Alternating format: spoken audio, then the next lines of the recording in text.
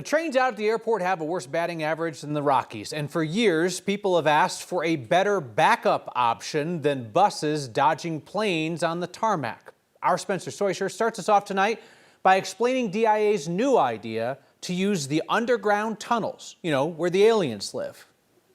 Ridiculous. This is, in my view anyway, not sustainable. DIA's train has more than 99 problems, and a backup plan is one.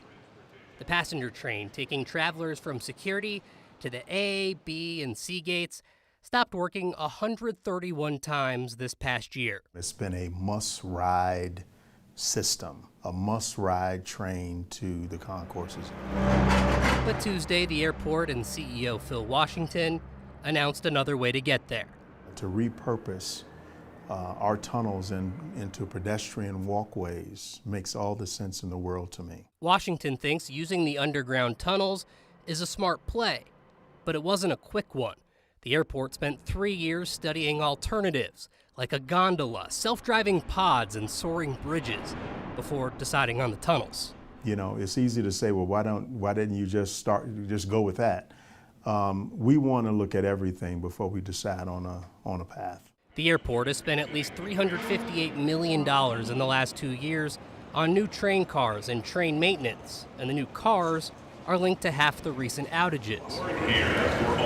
Washington expects the project to cost between $300 and $700 million, but the airport is still discussing things like moving sidewalks, which could speed the walk up. From the terminal all the way out to sea, you're talking about 10 to 12 minutes or so. Depending on how fast folks walk. Construction is supposed to start in 2027 and last for 18 months to 2 years. Please keep clear. And the voice of the train is already practicing to be the voice of the walkway. Please watch your step. The person ahead of you is also going to miss their flight. Kim, try this one too. Hold on, please. We are approaching western Kansas. All passengers keep walking. The train is still broken. Whether it becomes a first choice or last resort, passengers will soon have options, assuming the train isn't broken that day. I think people will use it because we're a pretty fit state as well.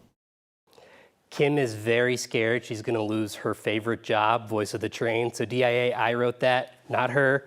Aside from something they already have, Washington said one of the reasons they picked the underground tunnel over the gondola and the other options were concessions. He says DIA is under-concessioned, and this option would allow them to have a place where they can sell more food and drinks and places where you can buy overpriced phone chargers.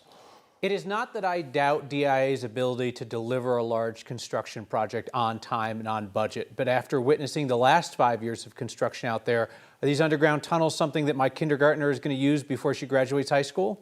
Maybe graduates college. I actually asked him that today. I said, okay, based off of what happened with the Great Hall, you guys actually never told us when you expect to have this completed. He said they plan to start in 2027 and then have it finished between 18 months to 24 months. So we have that on the record now.